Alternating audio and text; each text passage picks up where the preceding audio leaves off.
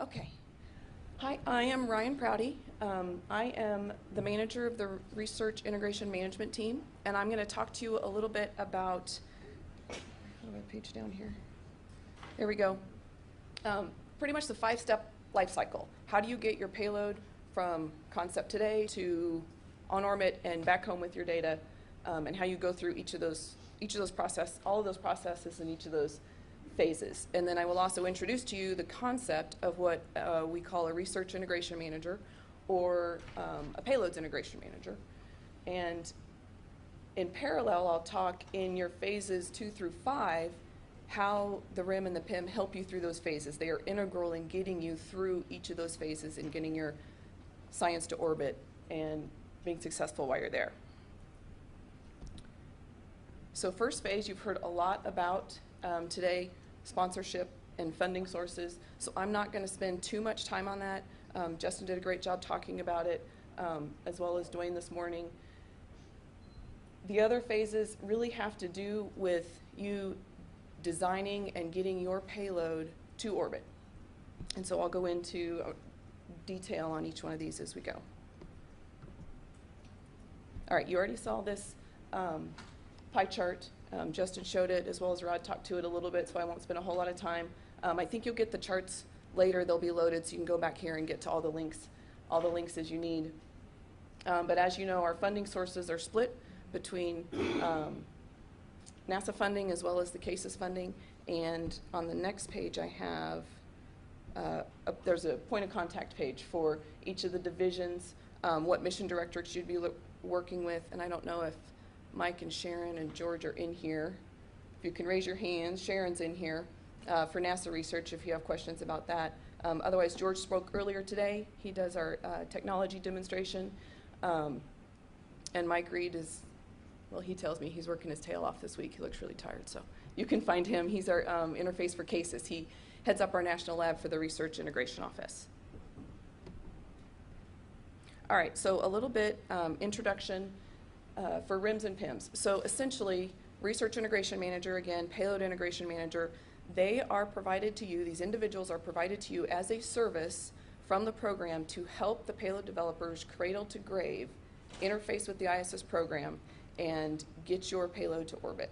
The PIMs are provided by Boeing, our prime contractor. They've got a great team who will really, when you get your sponsorship and come on board, they will take you through in great detail all the steps that you will go through to get your payload to orbit. The great thing about it is they're going to do all the hard work, and they're going to provide that interface back to the RIMs, as well as the RIMs providing that interface back to the station program, so you guys don't have to worry about that scary government interface, right? And all of our processes and everything that we have to go through to get your payload to orbit. They are here to help you through that. It is this team sole purpose, our job is to help you be successful. And especially with the RIMs and the PIMs, you have a team of highly skilled integration engineers who have decades of experience collectively across the team that know the program, they know the processes, and they are there to help you succeed. So they will become your best friends. It ends up being a great collaborative relationship between the PIMs and RIMs and the PDs and how we help you get your items to orbit. And this is just a visual I like to show you all the different interfaces that the RIMs and the PIMs can provide to you while clearly communicating to you what you need to provide to us so we can help you be successful, right? It ends up being a good partnership between the PDs and the RIMs and the PIMs to get you through all of the steps, all the different phases that I'll start talking about now. So you saw this chart also a little bit, and Justin touched on strategic and tactical timeframes. Keep in mind, as Rod said, you can enter into these phases anywhere along this timeline. And the idea is that we'll make you successful wherever you come in, because our vision is that we tailor this timeline and our processes based on whatever your need is, whenever your requirement is to get onto orbit. We're there to help you through each of these pieces. Of course, it's set up very NASA-like with the timeline. If you look strategic, that little I minus 36 months, what that means is increment start minus 36 months is how we define the strategic time frame. Your increment start is when your next increment crew launches. So that's in the ops time frame. But in the strategic time frame, what we expect of the payload developer is really what are you going to do? What are your requirements? And what do you need from NASA to do that? Rod talked a lot about the services and the interfaces and the hardware that we provide to you. This is the time frame where we go define all that and make sure that we have the interface agreements to go make that happen. And so how answering the initial questions, who, what, why, when, where, from the payload side, from the RIM PIM support side, we then go take that information and go back into the program and work all those deals and make all those interface agreements so we can get started. And so then side by side you can see how it plays out in the strategic time frame. And again, we can squish all this. If you come in, say, a year out, 6 months out, we'll just do all this faster. We figure it out. Stage 3 in the tactical time frame, technically it's defined as I minus 16 months, all the way up until a month prior to launch. This is where, from a PD perspective, we'll start getting more into the details of how we're going to operate your payload once it gets to orbit, where it's going to fit in the plan, what are the interdependencies or relationships with how the systems work on board and how you need to be timelined, what kind of crew time you need, more of the details about actual implementation pieces of that.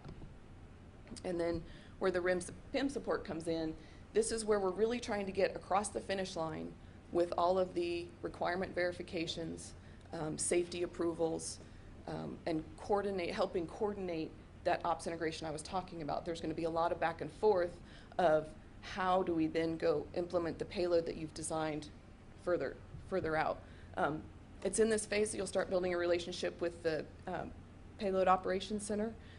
They will help you understand, help you build the procedures and how and when you get your data once you get on orbit. So for the operations phase, this is when you get to do your good science. This is when primarily your interface will be directly with the vehicle through the Payload Operations Center, and you'll be getting your data down. Also in this time frame, you'll still have, I'm going to go forward two slides so it's just all there at the same time. NASA's still here to support you in this time as well. George talked earlier about a payload we had on board a mean swing bed. It didn't work. We powered it up, it didn't work, and we gave, I think he said tens of hours of crew time. Multiply that by another factor of 10, and that's the number of hours we spent as NASA engineering specialty support, multiple system support to the PD to try and help figure out how to get it to work. And we did, and it was, it's a great success story of how we really are changing the paradigm of it's okay if, especially for the tech demos, you get up there and you figure out it doesn't work. Well, now here's another good, I guess, research objective. Let's go figure out how we can make it work. And NASA will be there to help you go figure out that next step and how to make it work, even once you're on orbit.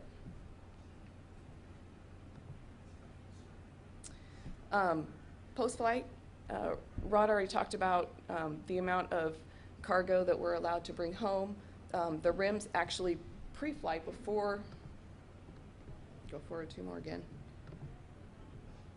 Before you launch, or maybe even while you're on orbit, we'll work on defining what you're going to need to bring home and how you need to access, if it's samples or hardware or whatever you bring back, how we get that back to you once you've come down on Dragon. Soyuz, possibly we have a tiny little bit we can bring down on Soyuz, but we'll also figure out how to get that to you back when you're down on the ground. Like I said, I wouldn't be up here very long. You know, the takeaway is really we are here to be your interface into the station program and help you with anything you need. There's the paradigm shift is fully, how do I say this? Fully operational in the Research Integration Office, where I've been 8 years prior to this, I worked on the vehicle side of the house, so I know the station vehicle extremely well. I've just recently come over to the research integration office, and so I sat down with my RIMs my first week here, and I said, tell me what you do. And the answer I got back was, what do you need, right? So that is the mentality of the RIM and PIM office, is they are there to provide whatever service, function, interface, technical help the PDs need to be successful on orbit. And so I think Rod called me his customer service organization. That's outstanding. We're here to help you be successful. I think that's all I have. Questions?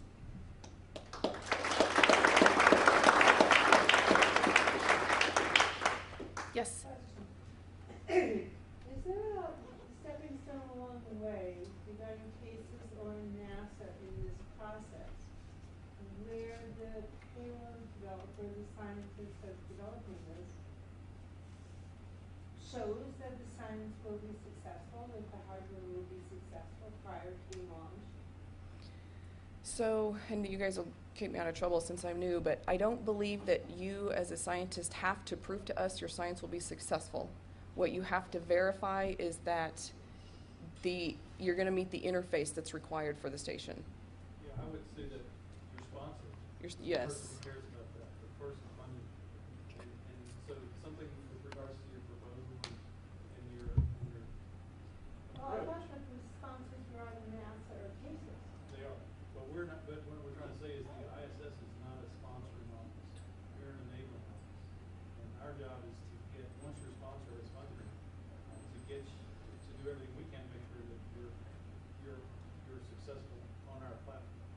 So that's really, when I started in the program, there wasn't a mission success culture, and that's can be helpful. And if you need that, we can provide that. We can provide access to folks who have done the types of studies that that particular sponsor might be looking into, or the technologies that we've tried and failed, that the agency's tried and failed. We can help you in those areas, but we're not going to redesign and revalue your research. That is what's selected by the CASES process or the sponsoring NASA organization process. Our job is to make sure that once you've decided, I want to use a laser to study aerosols in the atmosphere, that laser can be pointed safely at the Earth, and then we can not, that we have to turn it off at certain times for vehicle traffic. But in the meantime, you're getting as much coverage and as much return on your site as possible without redesigning the payload for you. So that's really, the station's a very complicated, multidimensional problem, and it can't be there for any one payload. So we're there to really help you to get as much out of the platform as possible. Now, there could be times when you pick a technology or something that's just not feasible, or it's just not the right platform. And we usually have participated before the department where I would get involved in understanding that that's probably not the right thing for a space station. This space station would participate. But that's really specific technology. Okay. Can you put up the 5 steps again? Certainly.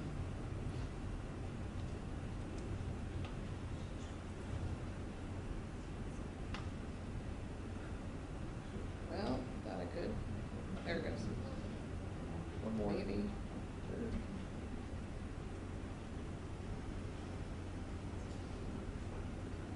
And just to add to what Rod said, from the CASES perspective, we don't necessarily require a pre-flight risk mitigation strategy like what you discussed, but it's certainly something that we can consider, particularly for developing new technologies. We've talked with some of the suborbital providers about how they can operate their vehicles for doing risk mitigation and TRL enhancement before we fly new hardware to the station. But that's something that's negotiated on a case-by-case basis. It's not necessarily once you have funding or phase 1 done, typically what does the person coming in that has just gotten their project funded, how much of these phases 2 through 5 have they really included in their proposals? Or are they just, these are things that will be done and leave it at that, or do they go through a lot of detail about how they're going to accomplish phases 2 through 5, or is it kind of a given that that they're going to be working with you all to make that happen? Yeah, I think it's a twofold question, and Justin can cover as far as what the sponsors want to see, but from a technical integration perspective, we back up to the beginning of phase 2. Once you're sponsored and you're funded, we contact you or whoever your implementing partner is and essentially go through what I've done in great detail as to, okay, this is the flight we're targeting you for, and now we'll put together an entire template of when we expect you to reach certain milestones, right? And it's based on input from you. This is when I can think I can get to my PDR. This is when I think I can get to my CDR. This is when I can, this is when I can deliver my safety data package. All that is laid out, and then the PIMs help you track to that milestone schedule and offer their service to help you through all the paperwork or processes or whatever from the NASA side. So you'll get, once you're funded and we start this whole process, you will get an in-depth briefing of here's how it goes from here.